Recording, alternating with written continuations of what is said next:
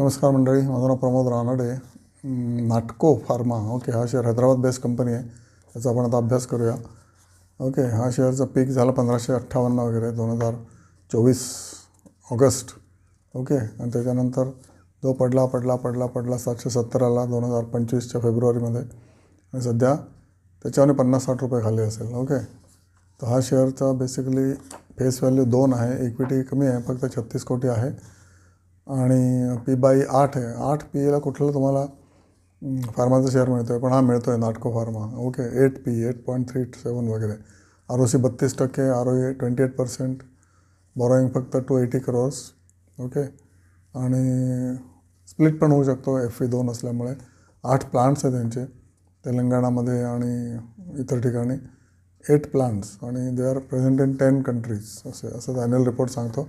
Annual report वाचा. Annual रिपोर्टमध्ये इतकी तुम्हाला माहिती मिळते ना की तुम्ही, आणि ती नोट डाऊन करा, त्याच्यामुळे तुम्हाला कंपनीच्या DNA चा अंदाज येतो. ओके, आणि अजून एक त्यांनी एक्वायर केले ॲडकॉक होल्डिंग्स कंपनी, साऊथ आफ्रिकेची, आत्ताच त्यांनी एक्वायर केले, त्याच्यामुळे त्यांनी कर्ज घेतलं असावं. ओके, आणि ऑपरेटिंग कॅश फ्लो 1697 कोटी यावर्षी म्हणजे 2025ला.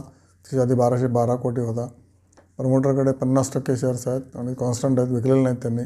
FIकडे 14% आहे, DIकडे फक्त 6% आहेत, आधी 15% होते, त्यामुळे DIने हे शेअर विकलेले दिसत आहेत. पब्लिककडे 30% आहेत, आता आधी 24.5% होते. ओके, त्यामुळे जे DIने विकले ते पब्लिकनी उचललेले दिसतात. प्रॉफिट PAT मार्जिन हे 35%, अनबिलिव्हेबल राईट.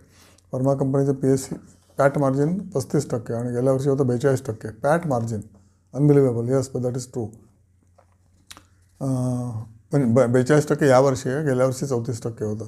तरीसुद्धा शेअर का पडला कळत नाही. PBT 130 कोटी होता 2014ला, आणि तो आता 16 टाईम झाला आहे, 2060 म्हणजे 2060 कोटी झाला आहे. आणि ॲसेट्स 1200 कोटी होते 2014ला, आणि ते आता 8600 कोटी झाले आहेत. म्हणजे ॲसेट्स पण जवळजवळ 7पट झालेले आहेत, आणि प्रॉफिट तर जबरीच वाढलेलं आहे, 130 कोटी तो 2000 कोटी. ओके, वन इयर PBT बघितलं तर 4% वाढला आहे, पण मार्केट प्राईस 43% पडले. ओके, ते का पडले तुम्हाला शोधायला लागेल. सप्टेंबरचे रिझल्ट्स बघा, डिसेंबरचे रिझल्ट्स बघा, आणि ऑब्व्हियसली ते थोडे कमी असतील तरी घ्यायला हरकत नाही आहे. शेवटी मार्केट एक्झॅगरेट्स ऑन बोथ साईड्स, हे तुम्हाला मी सांगितलं आहे. ओके, जर रिझल्ट चांगले नसतील तर मार्केट 10% रिझल्ट्स कमी असतील तर मार्केट 50% शेअर त्या शेअरला पाडतं, आणि सेम जर 10% मार्जिन वाढलं असेल तर शेअर 30% किंवा 40% वरती जातं. दोन्हीकडे एक्सेसेस करतं मार्केट, त्याच्यामुळे जपून खेळायला लागतं याच्यामध्ये. आणि जेव्हा तुमचा प्रॉफिट दिसतो तेव्हा तुम्ही बुक करा. ओके, मे बी उद्या करा, परवा करा, पण तो 4 दिवसांनी गायब होईल.